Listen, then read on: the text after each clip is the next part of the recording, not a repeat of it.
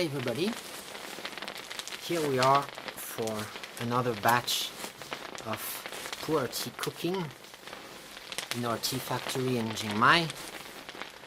We're about 1/3 through the harvest season now. It's the 1st of April and the season will end probably around the Water Splash Festival, which I think this year is on April 14th. The price of tea is about 20% higher than last year's. Last year the price was the same as 2019, probably due to the coronavirus crisis and the uncertainty that it provoked on the market. And this year the increase in price is, I would say, probably double than the usual yearly increase, which means there's probably a recovery effect, since last year it hadn't increased. It's probable that now that things are quite sorted out in China, people are maybe more willing to buy tea, and hence we get that double increase than usual. And this increase in price raises today's topic, and this will be like how much money do the average tea workers make, because this tea is quite expensive, right? And so how is the value distributed along the supply chain? And in this session I want to take a particular look at the base of this supply chain, which means the workers who pick the tea.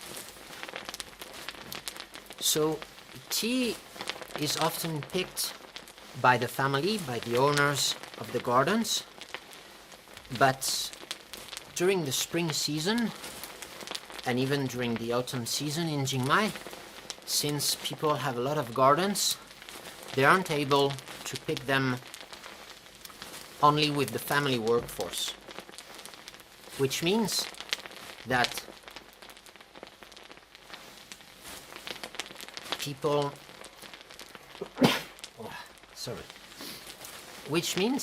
we need to hire extra workers to do the picking job.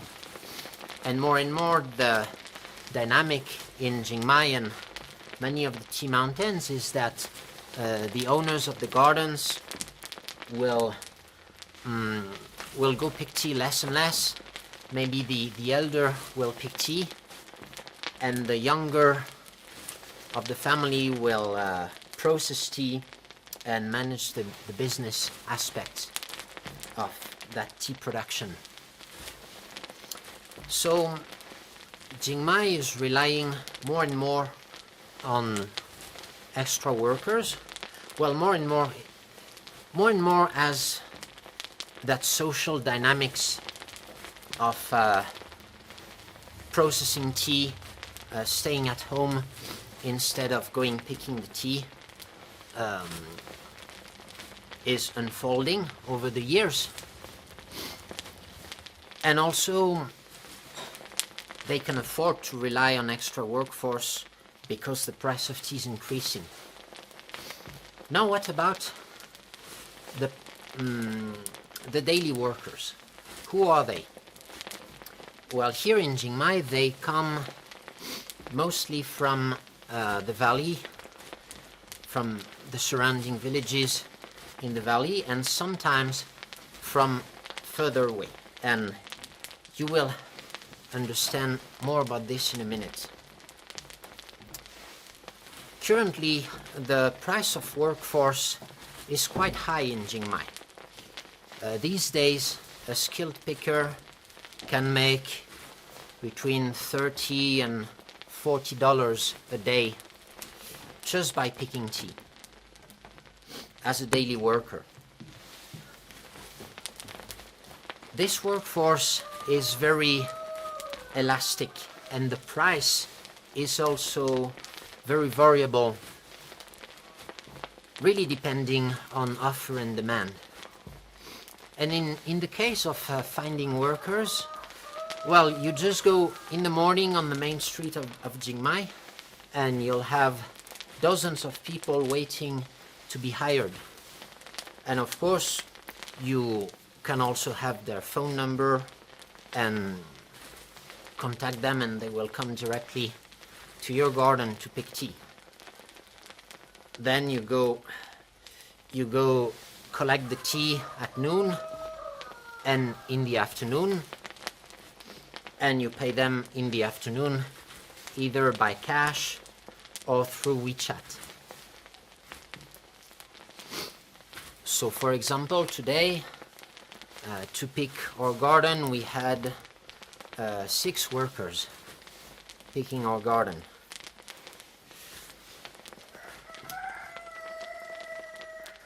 Today the workers were coming from pretty far, I think from 40 kilometers away. They came by motorbike, and they came to Jingmai because these days the price we give for picking tea is high. So in most cases they will be paid by the amount of tea they pick, by the kilo. Currently the rate is about $0.7 per pound, so that would be $1.4 per kilo. And so a skilled picker can make between $30 and $40 in a day. But at the beginning of the season, we only paid $1 per kilo. So these days it has increased to $1.4 per kilo. And it might keep increasing in the next days as we get both the Shanghai and the gushu sprouting. Then after the Water Splash Festival, we'll probably won't need those workers anymore, because all the tea will have sprouted twice and the price will decrease. Also, after the Water Splash Festival, typically the price of tea also decreases, but it doesn't really affect the price we pay for the workers. So I would say the price we pay to the workers is not that much dependent on the price of tea, but rather on the need we have for those workers. And since the workforce available is very elastic, the price is elastic to the same extent. What I mean by that is, if we pay a low price, maybe fewer people will be interested in working here. If we pay a high price, they might come from further away. Some people drive their motorbike for over an hour to reach Jingmai during the peak season, sometimes even 2 hours. And they do that for a couple of days, and they leave the mountain with more money than they had before. So you have the distance that affects the willingness of the workers to come to work. But you also have the opportunities available. So, for example, I've heard that these months they are building new roads in the area, which means they are hiring workers there, and so some people might find it more worth it to go work for these. So I don't know, let's say if the road construction pays like $30 a day, then it means that we also have that when they come here, they also need to make $30 a day. They will choose depending on the opportunities they have available. These daily workers most of the time are farmers, and a lot of them actually have their own tea gardens. But since the tea gardens in the valley is very cheap, some people will actually won't harvest their own gardens because they will be making more money by coming to Jingmai and getting that daily wage. Some might even delegate the picking of the tea in the valley to other daily workers and come to Jingmai to get the better pay, while their own workers will pick the tea. So it's quite an interesting dynamic, and the price we give to the workers really can change every day, really depending on the demand. So sometimes the village will try to define a price because they want to keep the costs down. Of course, it's in the interest of the Jingmai farmers to pay these daily workers as low as possible. But these agreements within the village very quickly fall apart. So we have to, again, look a bit at game theory here. What's the deal? So what do the tea farmers, what do the owners of the garden get to lose when they don't hire workers? Well, they lose their harvest, which means they make zero if they don't hire the workers. But if the daily workers don't come to work in Jingmai, they can work elsewhere. For example, construct roads, or I don't know, do some odd jobs in the city, or work to other crops. And therefore, they still get something. So I would say that in this case, the bargaining power is somewhat in the hand of the daily workers. Now, of course, these daily workers are not organized. So even though theoretically they are more important to us than we are to them, the price doesn't really skyrocket. Also because of that elasticity factor. Anyway, if the price is high, people from further away will come. So you could say with the price we can really get as many workers as we want. So this is the first type of workers. And the second type of workers, so they just come by the day. So sometimes you might hire them for a couple of days, but it's rare to have the same workers for the whole season.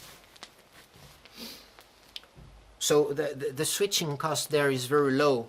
As the tea owner, you can easily find new workers, and as tea pickers, they can easily find new jobs. So I would say that there's quite a fair balance of power between the two actors here, which means I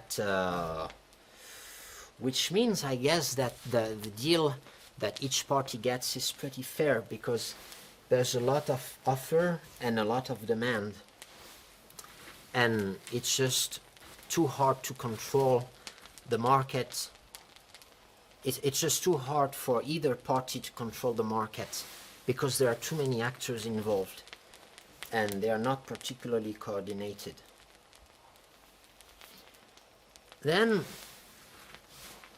you have the Burmese workers. So the Burmese border is about 20 kilometers away, and we used to have Burmese workers coming for months usually. So here the deal is different. They usually go through smugglers to access Jingmai mountain. Well, basically these smugglers can just take them to places where there are jobs, and so there's a lot of demand in Jingmai. And these workers will, once they arrive in Jingmai, these workers can find a home. They are also free to switch home if they think the conditions are not good, because there's always demand for these workers. They are hired usually for many months. Some of them will stay over the summer, and they are paid cheaper, usually around $10 a day. So most of the time they will be paid on a day-to-day basis and not by the kilo of leaves harvested. But you also have to consider that generally they are slower pickers. They are less specialized than the ones in Huimin, so they will be less efficient generally. But you can have them do other works, for example, breaking up wood logs, doing weeding in the gardens, or yeah, things like that. Other farm works. And so these $10 a day are quite a good deal for them, because as I understand, it's probably 3 or 4 times more than what they can make at home. They come from the Wabang area, so it's a very messy area. Well, basically it's controlled by warlords in the east of Myanmar, so usually the conditions are very harsh at home. At least here they make money, and they are fed and housed, well, usually pretty decently. Again, if they are not satisfied, they can quite easily find another house, okay? So, but of course, these Burmese workers are not allowed to come here since the start of the COVID crisis. So this is a whole workforce which maybe in the past represented 1/3 of the extra workforce we would get in Jingmai. This is a workforce that is not available.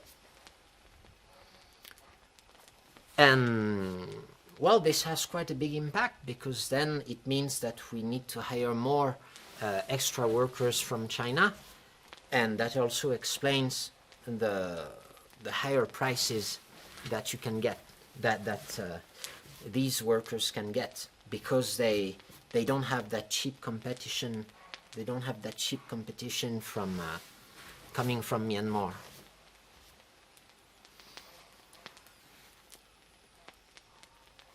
But of course, these Burmese workers, when they come, they usually want to stay as long as possible, and sometimes it can be even hard to get rid of them at the end of the season, because well, as I understand, they pay a fixed fee to get smuggled into China, which means they want to make it as worth it as possible. And I guess they are usually quite satisfied with the working conditions here, and that's why they want to stay for as long as possible. Now, at the beginning I said that the price of tea does not really affect the amount we pay for the workers, but this wouldn't be true in summer, because in summer the tea is very cheap, often basically 10 times cheaper than during the peak season, like right now, which means that at that time you could say that the cost of that you have to pay attention to the cost of your workers, which means that some families even decide not to pick the tea, or just have the family pick the tea themselves because they have nothing to do at home. And at that time, hiring extra workers might not be profitable. So maybe at that time, only the people who are most in need of money will come to Jingmai to do extra work, because at that time we really don't pay a lot for daily wages. So most of these tea pickers are farmers themselves, and that's also a part of the economic system of a farm. That's also an option you have. Maybe if you have a gap, if you have nothing to do at one time in the year, it's also possible to go work for other farmers.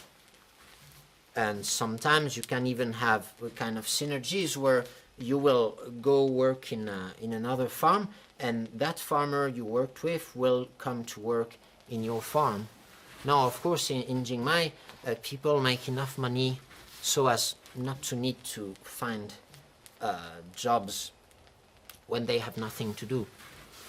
Basically, the low season in Jingmai will be winter, and maybe many times in summer, but when it's raining a lot, there's not that much you can do. Maybe you could only do construction job in the city. And this is an example actually of what I consider a fair trade. You see the fair trade on the labels, and what's kind of ironic, well, but maybe that's why we do labels for that, is most of the fair trade products come from areas with a colonial past. I think in China it just wouldn't make sense to do a fair trade, and I think people don't really have an idea of what fair trade would be, because you don't lack of opportunities in China. Wherever you are in China, even if you're in the poorest village, you still have the possibility to go find a factory job in the big cities. And this is a big difference with, for example, India or Sri Lanka, where people tend to be stuck and lack of opportunities, so they can, they will have, you could say, high switching costs. Like, for example, if you're working in a tea estate in India or Sri Lanka, it's very hard for you to leave the plantation. You cannot say, this week I'm working for the plantation, and next week I will just move to another place and find a daily job. Well, in the area, usually tea estates are remote enough so that the workers cannot really go work somewhere else. So it means that, basically in these areas, the tea workers are paid 10 times less than what we pay here. Usually they can make $3-4 a day. And they make this money probably only through the goodwill of the tea estate and through the unions. Usually they are heavily unionized, especially in Sri Lanka and India, and that's why there are often massive strikes which lower the efficiency of the plantation and actually increase the costs. And these colonial style tea estates are doing poorly economically, because in a way they pay very low wages to the workers, but there is also lower efficiency than in China. And I measure efficiency, for example, by the amount of tea a worker can pick in a year, that, for example. And also because well, they are kind of stuck in selling cheap tea. They have a hard time adding value to the tea. But again, it got me thinking in terms of game theory, that actually a really fair trade is more defined by the environment, all the different powers that come into contact together and form an equilibrium. The fair trade is more, well, you could say the terms of the trade is more defined by the different powers at play than by the goodwill or altruism of people. Well, for example, if tea is very expensive in Jingmai, it's not because the Jingmai farmers are greedy. Or if the tea bosses in Sri Lanka pay a low wage to the workers, it's not because they are mean to them. It's simply because the market conditions, the bargaining power of each actor pushes them to pay that price. And you could think that that fair trade label, well, I think it does help the areas that, it does help the poor workers that work in those areas under the label. But it only works because the consumer is actually another power that comes into play, that worries about the well-being of these low-paid workers. So it's interesting because in a way I often tend to reduce all these the price, the trades. I always tend to reduce the deals to a combination of powers that interact together and meet an equilibrium. And that equilibrium would be, for example, the price or the terms of a deal.